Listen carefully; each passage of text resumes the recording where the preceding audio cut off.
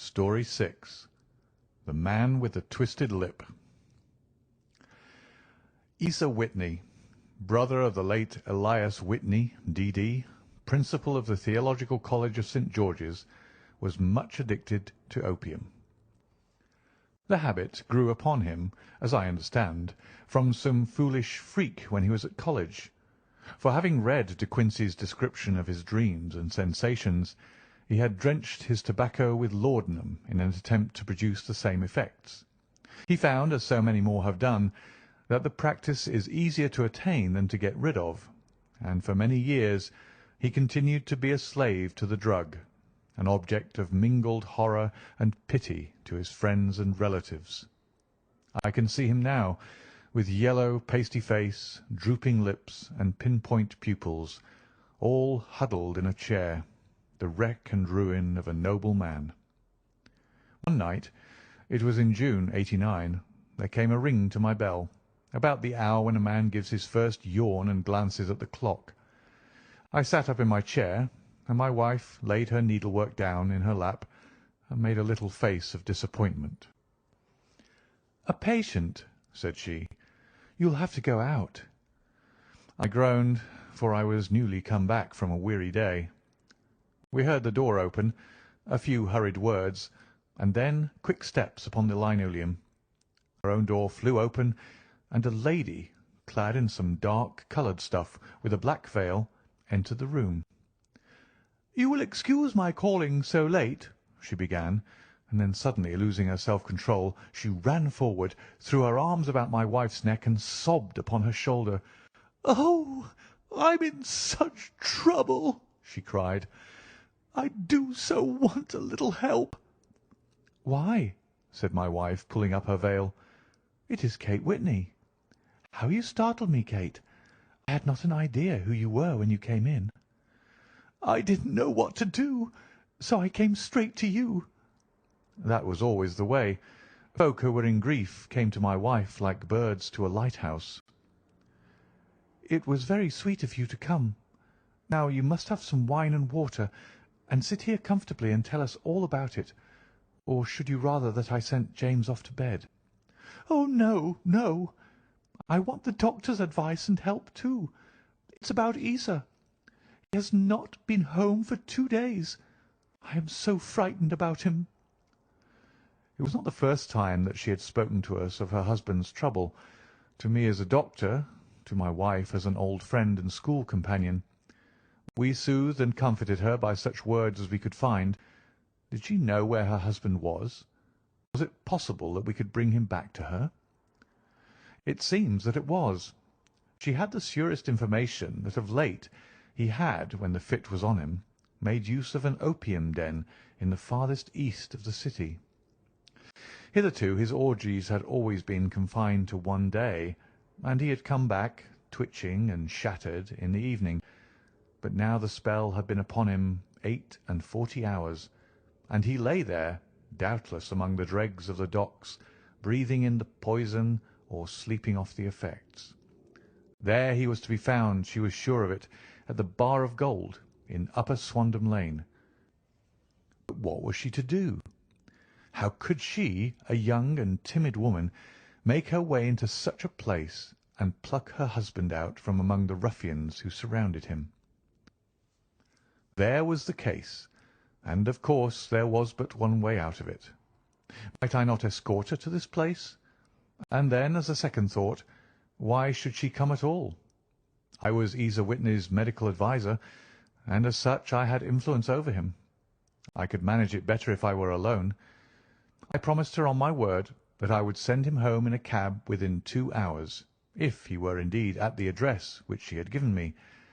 And so in 10 minutes I had left my armchair and cheery sitting-room behind me, and was speeding eastward in a hansom on a strange errand, as it seemed to me at the time, though the future only could show how strange it was to be.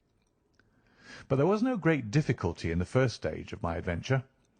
Upper Swandam Lane is a vile alley lurking behind the high wharves which line the north side of the river to the east of London Bridge.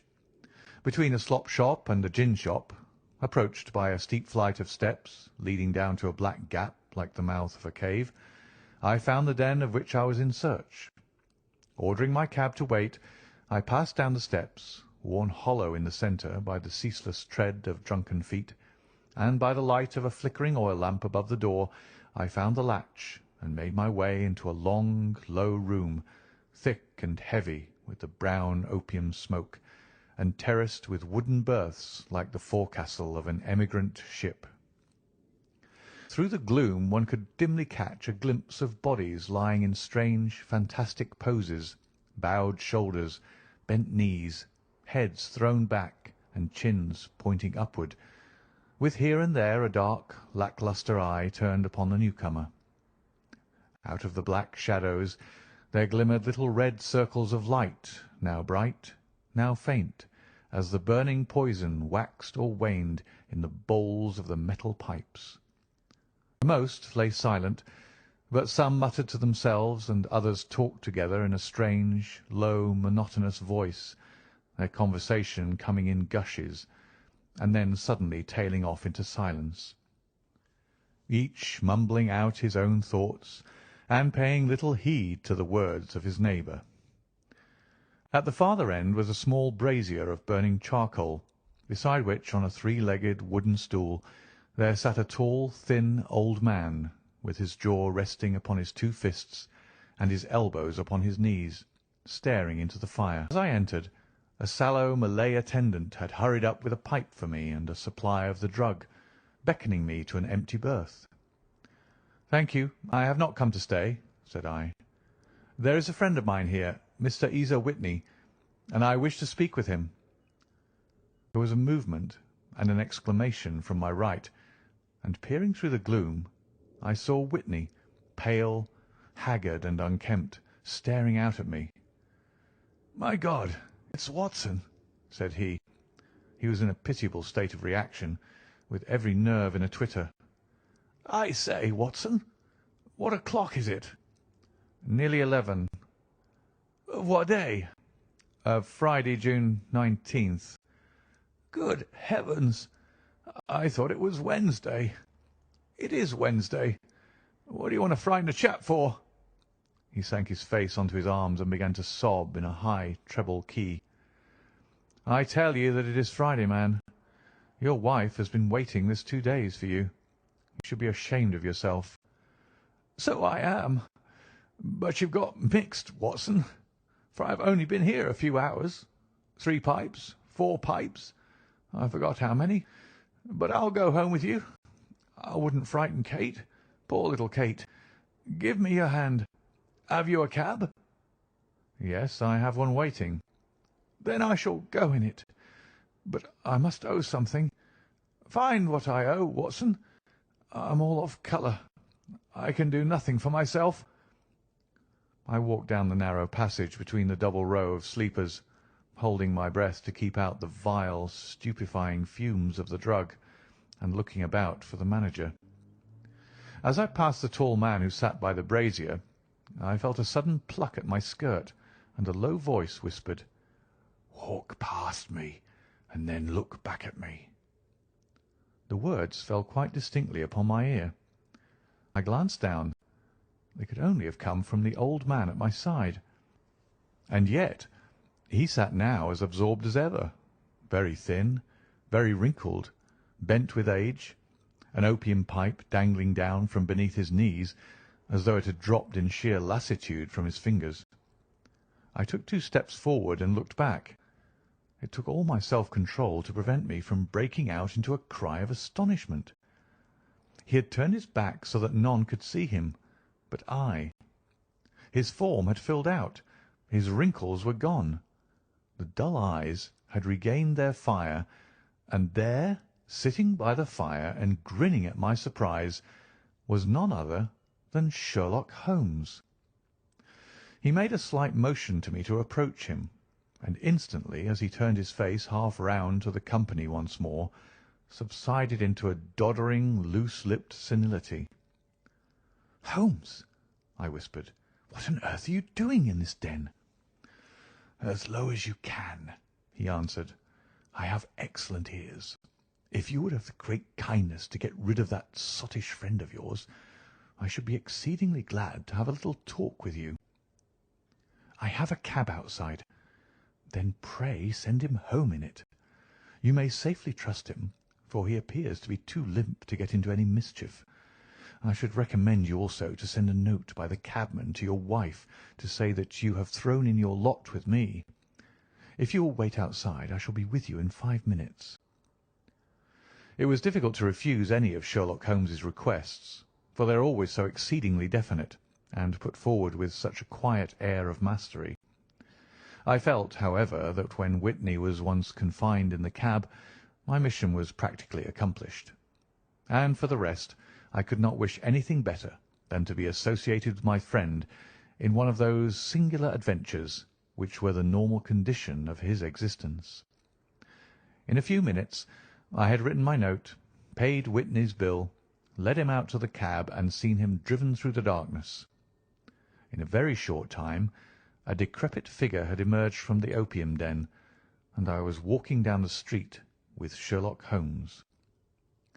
For 2 streets he shuffled along with a bent back and an uncertain foot. Then, glancing quickly round, he straightened himself out and burst into a hearty fit of laughter. "I suppose, Watson," said he, "that you imagine that I have added opium smoking to cocaine injections, and all the other little weaknesses on which you have favoured me with your medical views. I was certainly surprised to find you there, but not more so than I to find you. I came to find a friend, and I to find an enemy." "An enemy?" "Yes, one of my natural enemies, or shall I say, my natural prey. Briefly, Watson, I am in the midst of a very remarkable inquiry, and I have hoped to find a clue in the incoherent ramblings of these sots, as I have done before now. Had I been recognized in that den, my life would not have been worth an hour's purchase, for I have used it before now for my own purposes, and the rascally Lascar who runs it has sworn to have vengeance upon me. There is a trap-door at the back of that building, near the corner of Paul's Wharf, which could tell some strange tales of what has passed through it upon the moonless nights." "What? You don't mean bodies?" "Aye, bodies, Watson. We should be rich men if we had £1,000 for every poor devil who's been done to death in that den. It is the vilest murder trap on the whole riverside, and I fear that Neville St. Clair has entered it never to leave it more. But our trap should be here." He put his 2 forefingers between his teeth and whistled shrilly, a signal which was answered by a similar whistle from the distance, followed shortly by the rattle of wheels and the clink of horses' hoofs.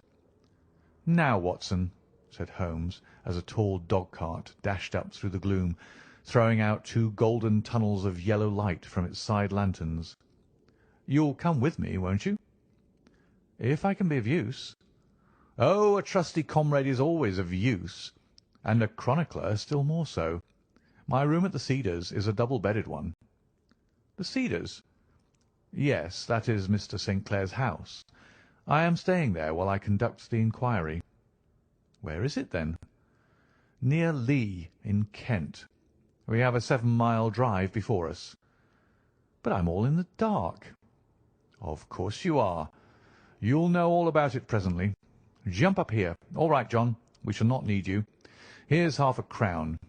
Look out for me tomorrow about 11. Give her head. So long, then." He flicked the horse with his whip, and we dashed away through the endless succession of sombre and deserted streets, which widened gradually until we were flying across a broad balustraded bridge, with the murky river flowing sluggishly beneath us. Beyond lay another dull wilderness of bricks and mortar, its silence broken only by the heavy, regular footfall of the policeman, or the songs and shouts of some belated party of revellers. A dull wrack was drifting slowly across the sky, and a star or 2 twinkled dimly here and there through the rifts of the clouds. Holmes drove in silence, with his head sunk upon his breast, and the air of a man who is lost in thought, while I sat beside him, curious to learn what this new quest might be which seemed to tax his powers so sorely, and yet afraid to break in upon the current of his thoughts. We had driven several miles, and were beginning to get to the fringe of the belt of suburban villas, when he shook himself, shrugged his shoulders, and lit up his pipe with the air of a man who has satisfied himself that he is acting for the best. "You have a grand gift of silence, Watson," said he. "It makes you quite invaluable as a companion. Upon my word, it is a great thing for me to have someone to talk to, for my own thoughts are not over pleasant. I was wondering what I should say to this dear little woman to-night when she meets me at the door." "You forget that I know nothing about it." "I shall just have time to tell you the facts of the case before we get to Lee.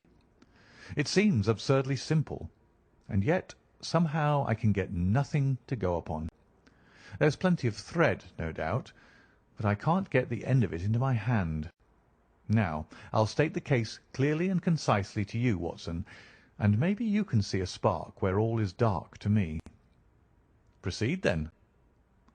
"Some years ago, to be definite, in May, 1884, there came to Lee a gentleman, Neville St. Clair by name, who appeared to have plenty of money.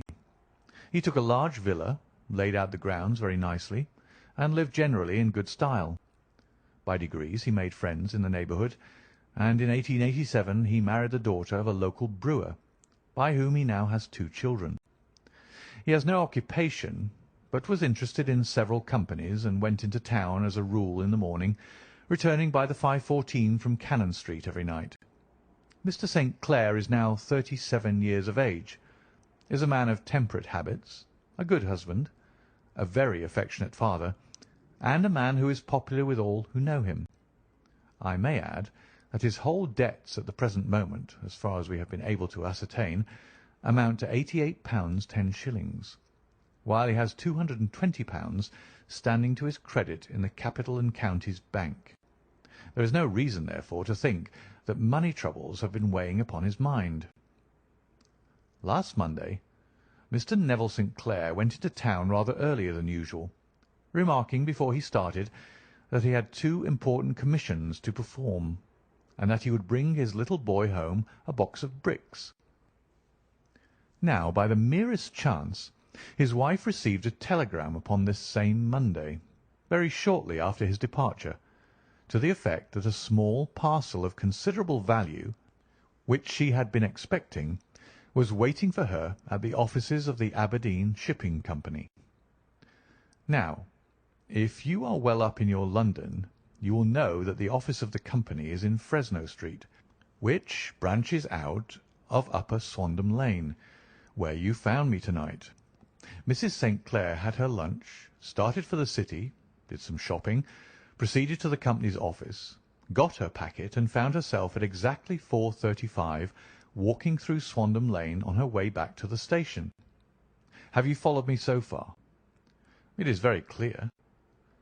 If you remember, Monday was an exceedingly hot day, and Mrs. St. Clair walked slowly, glancing about in the hope of seeing a cab, as she did not like the neighbourhood in which she found herself. While she was walking in this way down Swandam Lane, she suddenly heard an ejaculation or cry, and was struck cold to see her husband looking down at her and, as it seemed to her, beckoning to her from a second-floor window. The window was open, and she distinctly saw his face, which she described as being terribly agitated. He waved his hands frantically to her, and then vanished from the window so suddenly that it seemed to her that he had been plucked back by some irresistible force from behind. One singular point which struck her quick feminine eye was that although he wore some dark coat, such as he had started to town in, he had on neither collar nor necktie. Convinced that something was amiss with him, she rushed down the steps, for the house was none other than the opium den in which you found me to-night, and running through the front room she attempted to ascend the stairs which led to the first floor. At the foot of the stairs, however, she met this Lascar scoundrel of whom I have spoken, who thrust her back, and, aided by a Dane, who acts as assistant there, pushed her out into the street. Filled with the most maddening doubts and fears, she rushed down the lane, and by rare good fortune met in Fresno Street a number of constables with an inspector, all on their way to their beat. The inspector and two men accompanied her back, and in spite of the continued resistance of the proprietor, they made their way to the room in which Mr. St. Clair had last been seen. There was no sign of him there. In fact, in the whole of that floor there was no one to be found save a crippled wretch of hideous aspect, who it seems made his home there. Both he and the Lascar stoutly swore that no one else had been in the front room during the afternoon. So determined was their denial that the inspector was staggered, and had almost come to believe that Mrs. St. Clair had been deluded, when with a cry she sprang at a small deal box which lay upon the table and tore the lid from it. Out there fell a cascade of children's bricks. It was the toy which he had promised to bring home. This discovery, and the evident confusion which the cripple showed, made the inspector realize that the matter was serious. The rooms were carefully examined, and results all pointed to an abominable crime. The front room was plainly furnished as a sitting-room, and led into a small bedroom which looked out upon the back of one of the wharves. Between the wharf and the bedroom window is a narrow strip which is dry at low tide, but is covered at high tide with at least 4½ feet of water. The bedroom window was a broad one, and opened from below. On examination, traces of blood were to be seen upon the window-sill, and several scattered drops were visible upon the wooden floor of the bedroom. Thrust away behind a curtain in the front room were all the clothes of Mr. Neville St. Clair, with the exception of his coat. His boots, his socks, his hat, and his watch, all were there. There were no signs of violence upon any of these garments, and there were no other traces of Mr. Neville St. Clair. Out of the window he must apparently have gone, for no other exit could be discovered, and the ominous bloodstains upon the sill gave little promise that he could save himself by swimming, for the tide was at its very highest at the moment of the tragedy. And now, as to the villains who seemed to be immediately implicated in the matter. The Lascar was known to be a man of the vilest antecedents, but as, by Mrs. St. Clair's story, he was known to have been at the foot of the stair within a very few seconds of her husband's appearance at the window, he could hardly have been more than an accessory to the crime.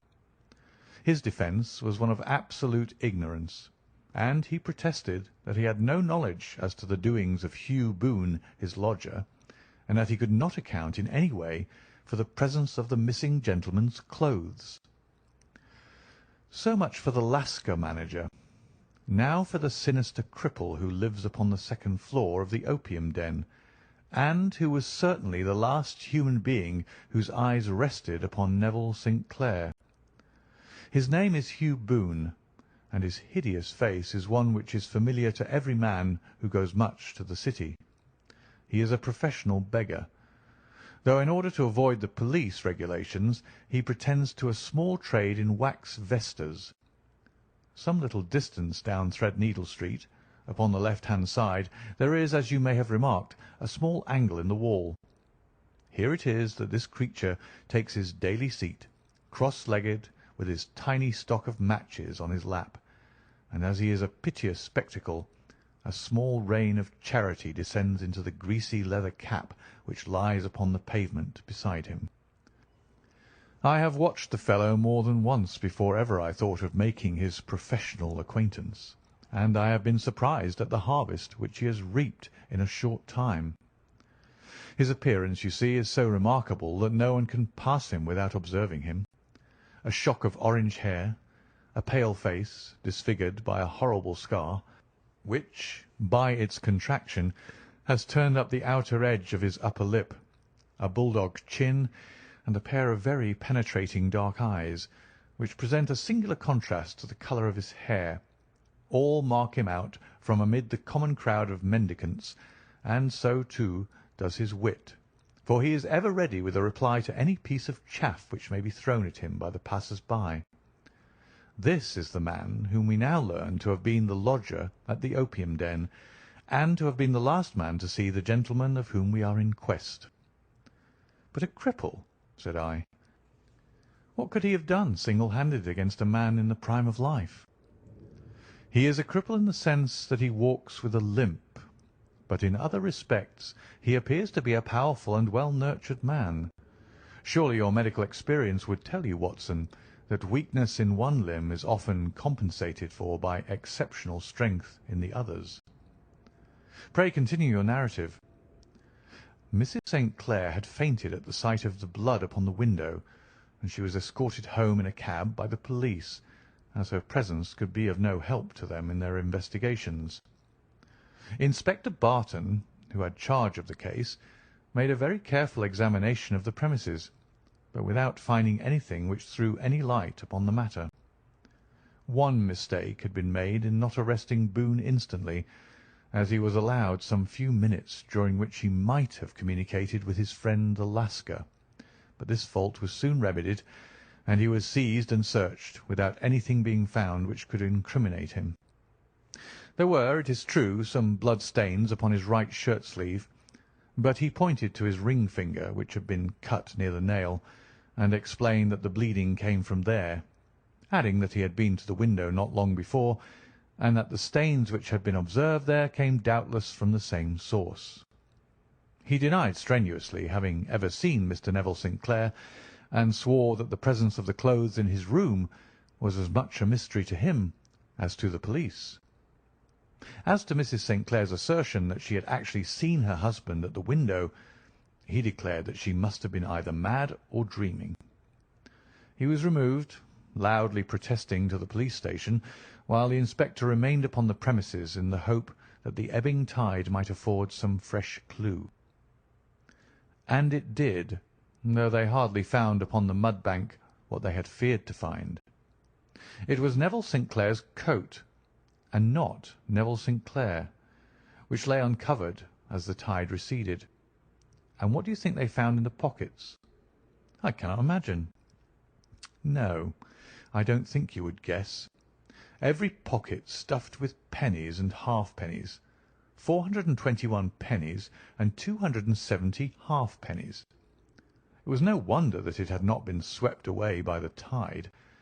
But a human body is a different matter. There is a fierce eddy between the wharf and the house. It seemed likely enough that the weighted coat had remained when the stripped body had been sucked away into the river. But I understand that all the other clothes were found in the room. Would the body be dressed in a coat alone? No, sir, but the facts might be met speciously enough. Suppose that this man Boone had thrust Neville St. Clair through the window. There is no human eye which could have seen the deed. What would he do then? It would, of course, instantly strike him that he must get rid of the tell-tale garments. He would seize the coat then, and be in the act of throwing it out, when it would occur to him that it would swim and not sink. He has little time, for he has heard the scuffle downstairs when the wife tried to force her way up, and perhaps he has already heard from his Lascar confederate that the police are hurrying up the street. There is not an instant to be lost. He rushes to some secret hoard where he has accumulated the fruits of his beggary, and he stuffs all the coins upon which he can lay his hands into the pockets to make sure of the coat's sinking. He throws it out, and would have done the same with the other garments, had not he heard the rush of steps below, and only just had time to close the window when the police appeared. It certainly sounds feasible. Well, we will take it as a working hypothesis for want of a better. Boone, as I have told you, was arrested and taken to the station, but it could not be shown that there had ever before been anything against him. He had for years been known as a professional beggar, but his life appeared to have been a very quiet and innocent one. There the matter stands at present, and the questions which have to be solved, what Neville St. Clair was doing in the opium den, what happened to him when there, where is he now, and what Hugh Boone had to do with his disappearance, are all as far from a solution as ever. I confess that I cannot recall any case within my experience which looked at the first glance so simple, and yet which presented such difficulties. While Sherlock Holmes had been detailing this singular series of events, we had been whirling through the outskirts of the great town until the last straggling houses had been left behind, and we rattled along with a country hedge upon either side of us. Just as he finished, however, we drove through 2 scattered villages, where a few lights still glimmered in the windows. "We are on the outskirts of Lee," said my companion.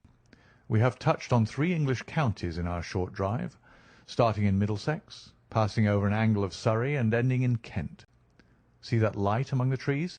That is the Cedars, and beside that lamp sits a woman whose anxious ears have already, I have little doubt, caught the clink of our horses' feet." "But why are you not conducting the case from Baker Street?" I asked. "Because there are many inquiries which must be made out here.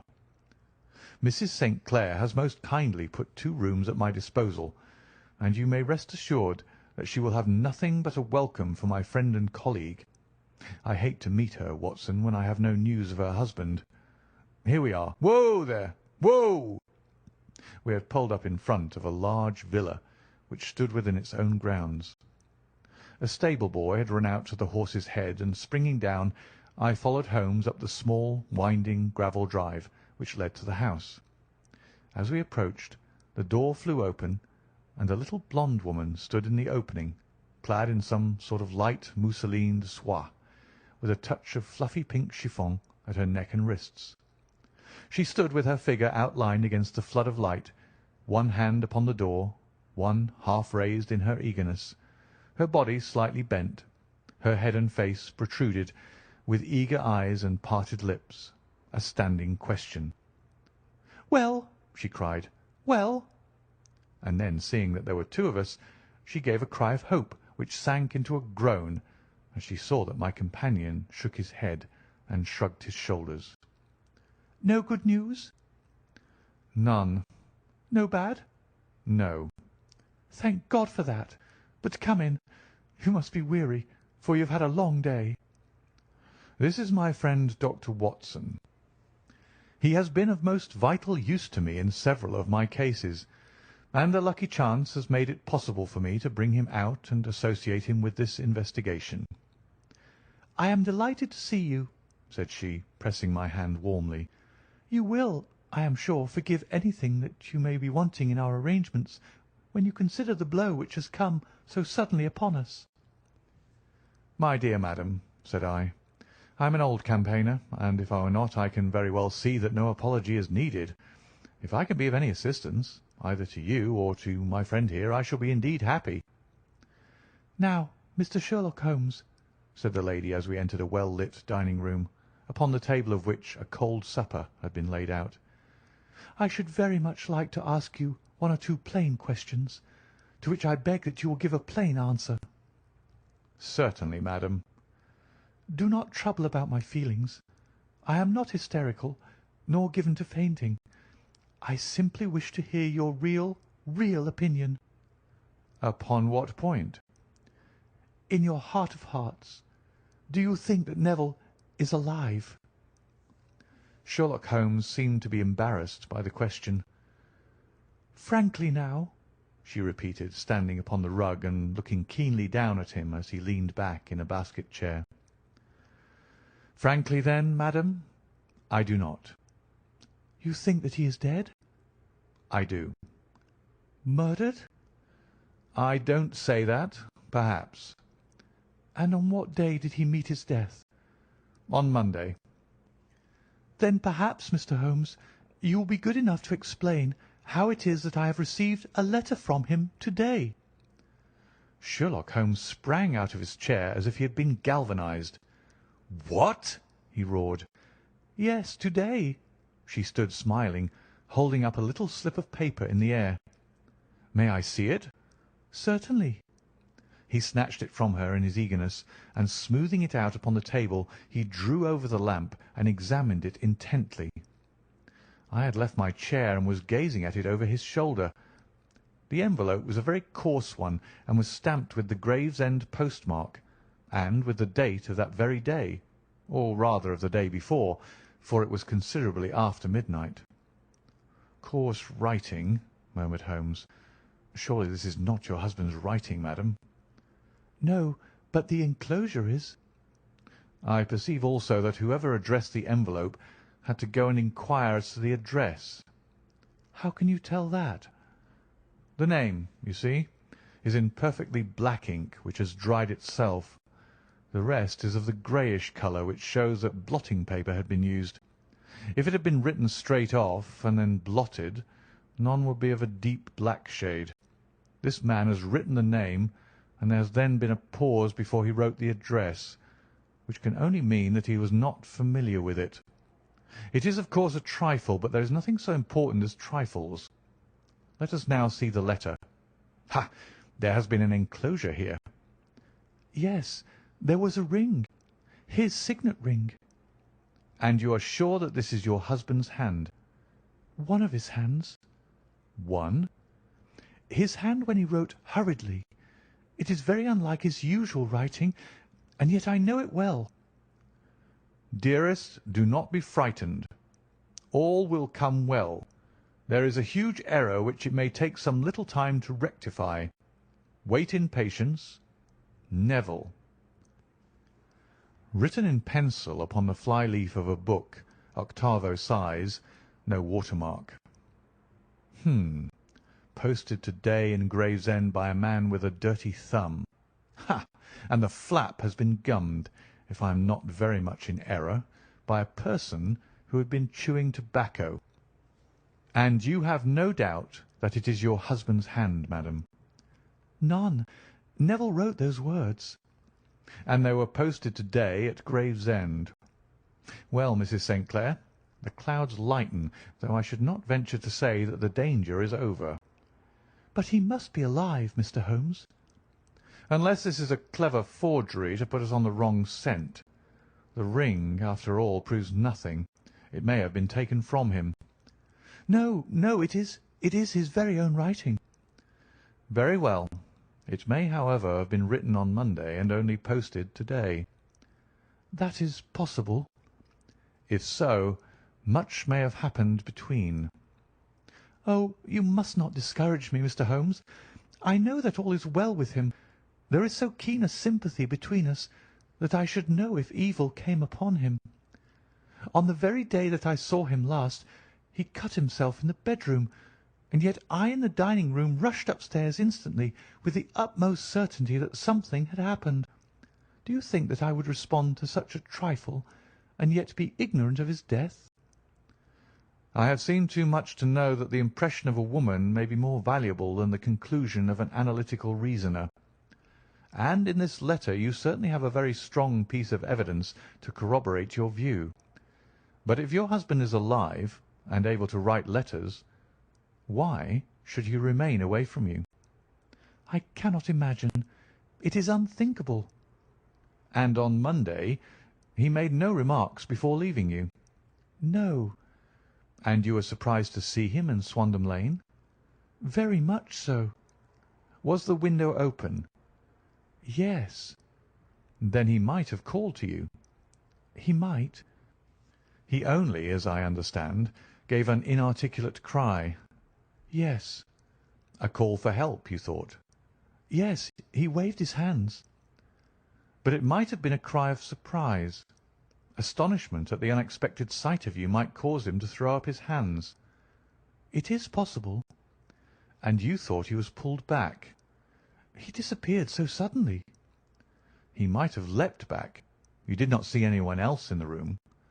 "No, but this horrible man confessed to having been there, and the Lascar was at the foot of the stairs." "Quite so. Your husband, as far as you could see, had his ordinary clothes on?" "But without his collar or tie. I distinctly saw his bare throat." "Had he ever spoken of Swandam Lane?" "Never." "Had he ever showed any signs of having taken opium?" "Never." "Thank you, Mrs. St. Clair. Those are the principal points about which I wish to be absolutely clear. We shall now have a little supper and then retire, for we may have a very busy day to-morrow." A large and comfortable double-bedded room had been placed at our disposal, and I was quickly between the sheets, for I was weary after my night of adventure. Sherlock Holmes was a man, however, who, when he had an unsolved problem upon his mind, would go for days and even a week without rest, turning it over, rearranging his facts, looking at it from every point of view until he had either fathomed it or convinced himself that his data were insufficient. It was soon evident to me that he was now preparing for an all-night sitting. He took off his coat and waistcoat, put on a large blue dressing-gown, and then wandered about the room, collecting pillows from his bed and cushions from the sofa and armchairs.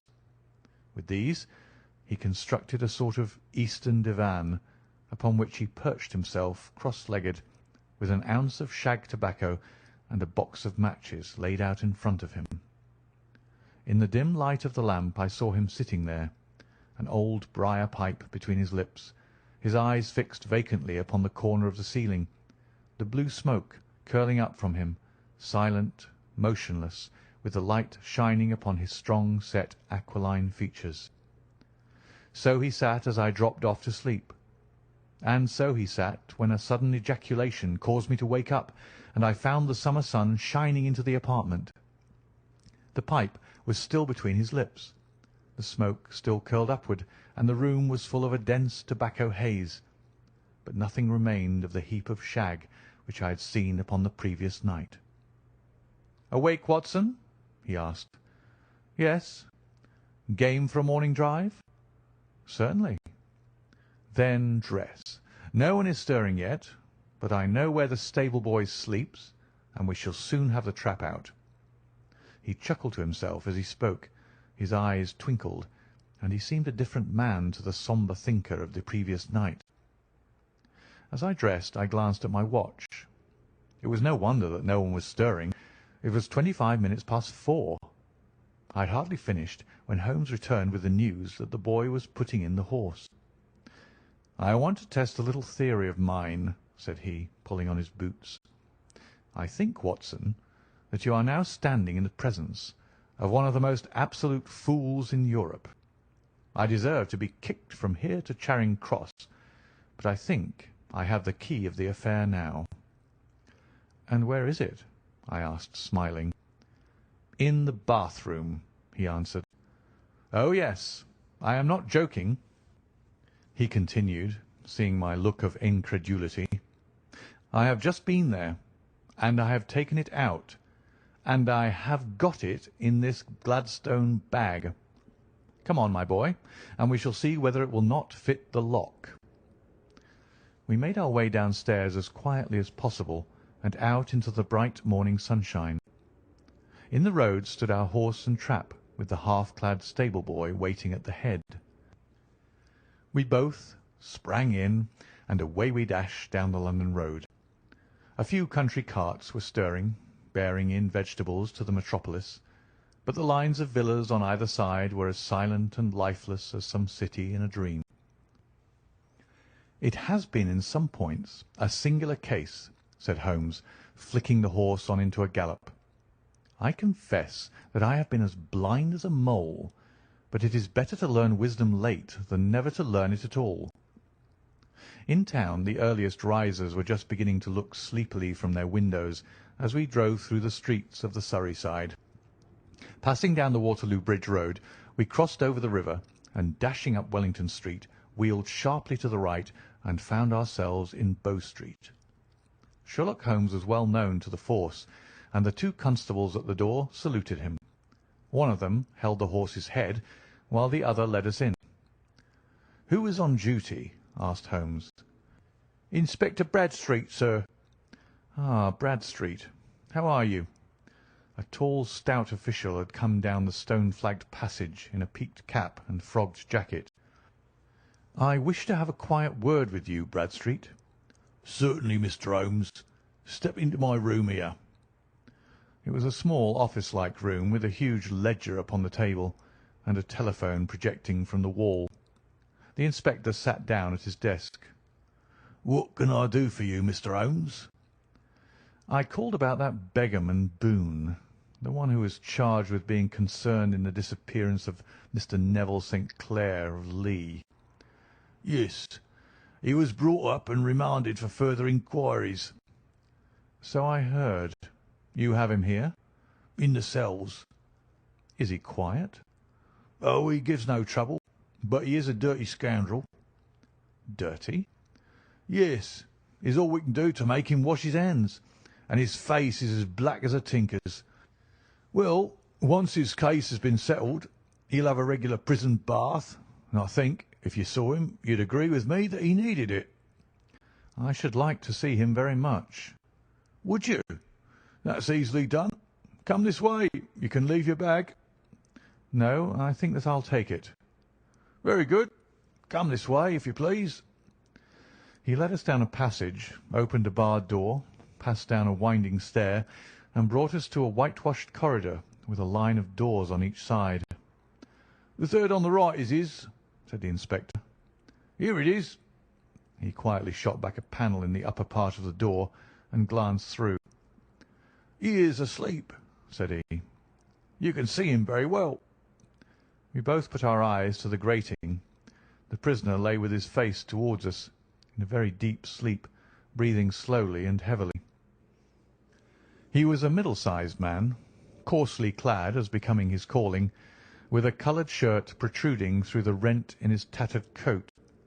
He was, as the inspector had said, extremely dirty, but the grime which covered his face could not conceal its repulsive ugliness. A broad wheal from an old scar ran right across it from eye to chin, and by its contraction had turned up one side of the upper lip, so that 3 teeth were exposed in a perpetual snarl. A shock of very bright red hair grew low over his eyes and forehead. "He's a beauty, isn't he?" said the inspector.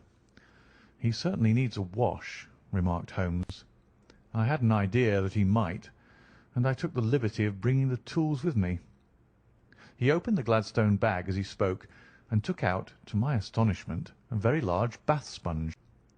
He, you are a funny one," chuckled the inspector. "Now, if you'll have the great goodness to open that door very quietly, we will soon make him cut a much more respectable figure." "Well, I don't know why not," said the inspector. "He doesn't look a credit to the Bow Street cells, does he?" He slipped his key into the lock, and we all very quietly entered the cell. The sleeper half turned and then settled down once more into a deep slumber. Holmes stooped to the water jug, moistened his sponge, and then rubbed it twice vigorously across and down the prisoner's face. "Let me introduce you," he shouted, "to Mr. Neville St. Clair of Lee in the county of Kent." Never in my life have I seen such a sight. The man's face peeled off under the sponge like the bark from a tree. Gone was the coarse brown tint. Gone, too, was the horrid scar which had seamed it across and the twisted lip which had given the repulsive sneer to the face. A twitch brought away the tangled red hair, and there, sitting up in his bed, was a pale, sad-faced, refined-looking man, black-haired and smooth-skinned, rubbing his eyes and staring about him with sleepy bewilderment. Then suddenly, realizing the exposure, he broke into a scream and threw himself down with his face to the pillows. "Great heavens!" cried the inspector. "It is indeed the missing man. I know him from the photograph." The prisoner turned with the reckless air of a man who abandons himself to his destiny. "Be it so," said he. "And pray, what am I charged with?" "With making away with Mr. Neville St. Oh, come, you can't be charged with that unless they make a case of attempted suicide of it," said the inspector with a grin. "Well, I've been 27 years in the force, but this really takes the cake." "If I am Mr. Neville St. Clair, then it is obvious that no crime has been committed, and that therefore I am illegally detained." "No crime, but a very great error has been committed," said Holmes.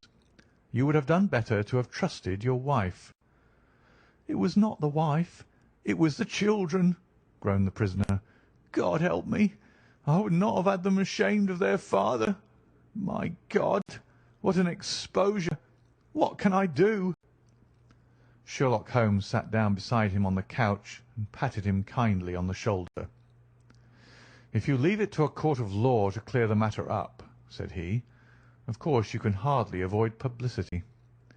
On the other hand, if you convince the police authorities that there is no possible case against you, I do not know that there is any reason that the details should find their way into the papers.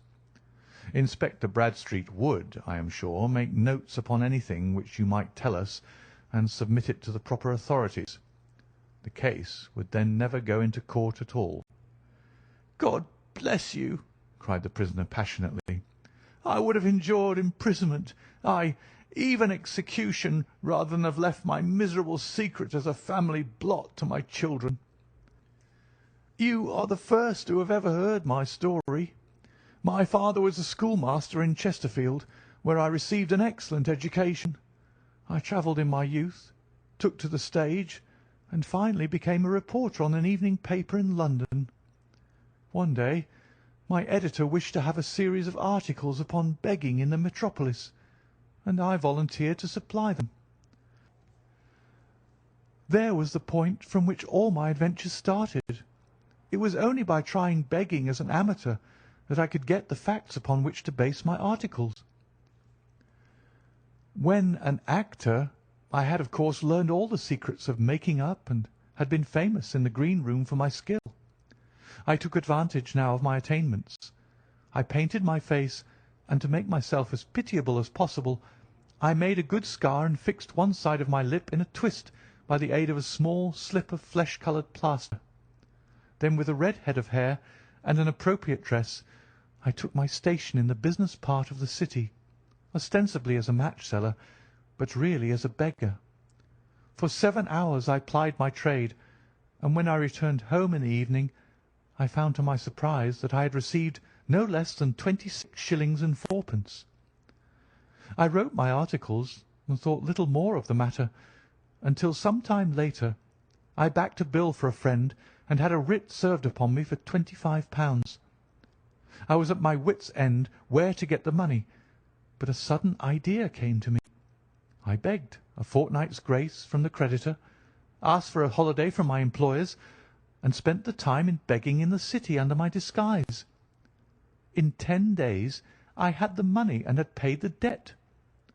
Well, you can imagine how hard it was to settle down to arduous work at £2 a week, when I knew that I could earn as much in a day by smearing my face with a little paint, laying my cap on the ground, and sitting still. It was a long fight between my pride and the money, but the dollars won at last, and I threw up reporting and sat day after day in the corner which I had first chosen, inspiring pity by my ghastly face and filling my pockets with coppers. Only one man knew my secret. He was the keeper of a low den in which I used to lodge in Swandam Lane, where I could every morning emerge as a squalid beggar, and in the evenings transform myself into a well-dressed man about town. This fellow, a Lascar, was well paid by me for his rooms, so that I knew that my secret was safe in his possession. Well, very soon I found that I was saving considerable sums of money. I do not mean that any beggar in the streets of London could earn £700 a year, which is less than my average takings, but I had exceptional advantages in my power of making up, and also in a facility of repartee, which improved my practice and made me quite a recognized character in the city. All day a stream of pennies, varied by silver, poured in upon me, and it was a very bad day in which I failed to take £2. As I grew richer, I grew more ambitious, took a house in the country, and eventually married without anyone having a suspicion as to my real occupation. My dear wife knew that I had business in the city. She little knew what. Last Monday I had finished for the day and was dressing in my room above the opium den, when I looked out of my window and saw to my horror and astonishment that my wife was standing in the street with her eyes fixed full upon me. I gave a cry of surprise, threw up my arms to cover my face, and rushing to my confidant, the Lascar, entreated him to prevent anyone from coming up to me. I heard her voice downstairs, but I knew that she could not ascend. Swiftly I threw off my clothes, pulled on those of a beggar, and put on my pigments and wig. Even a wife's eyes could not pierce so complete a disguise. But then it occurred to me that there might be a search in the room, and that the clothes might betray me. I threw open the window, reopening by my violence a small cut which I had inflicted upon myself in the bedroom that morning. Then I seized my coat, which was weighted by the coppers which I had just transferred to it from the leather bag in which I carried my takings. I hurled it out of the window, and it disappeared into the Thames. The other clothes would have followed, but at that moment there was a rush of constables up the stair, and a few minutes after I found, rather, I confess to my relief, that instead of being identified as Mr. Neville St. Clair, I was arrested as his murderer. I do not know that there is anything else for me to explain. I was determined to preserve my disguise as long as possible, and hence my preference for a dirty face. Knowing that my wife would be terribly anxious, I slipped off my ring and confided it to the Lascar at a moment when no constable was watching me, together with a hurried scrawl telling her that she had no cause to fear. "That note only reached her yesterday," said Holmes. "Good God! What a week she must have spent!" "The police have watched this Lascar," said Inspector Broadstreet, "and I can quite understand that he might find it difficult to post a letter unobserved. Probably he handed it to some sailor customer of his who forgot all about it for some days." "That was it," said Holmes, nodding approvingly. "I have no doubt of it. But have you never been prosecuted for begging?" "Many times. But what was a fine to me?" "It must stop here, however," said Broadstreet. "If the police are to hush this thing up, there must be no more of Hugh Boone." "I have sworn it by the most solemn oaths which a man can take." "In that case, I think that it is probable that no further steps may be taken. But if you are found again, then all must come out. I am sure, Mr. Holmes, that we are very much indebted to you for having cleared the matter up. I wish I knew how you reached your results." "I reached this one," said my friend, "by sitting upon 5 pillows and consuming an ounce of shag. I think, Watson, that if we drive to Baker Street, we shall just be in time for breakfast." End of The Man with the Twisted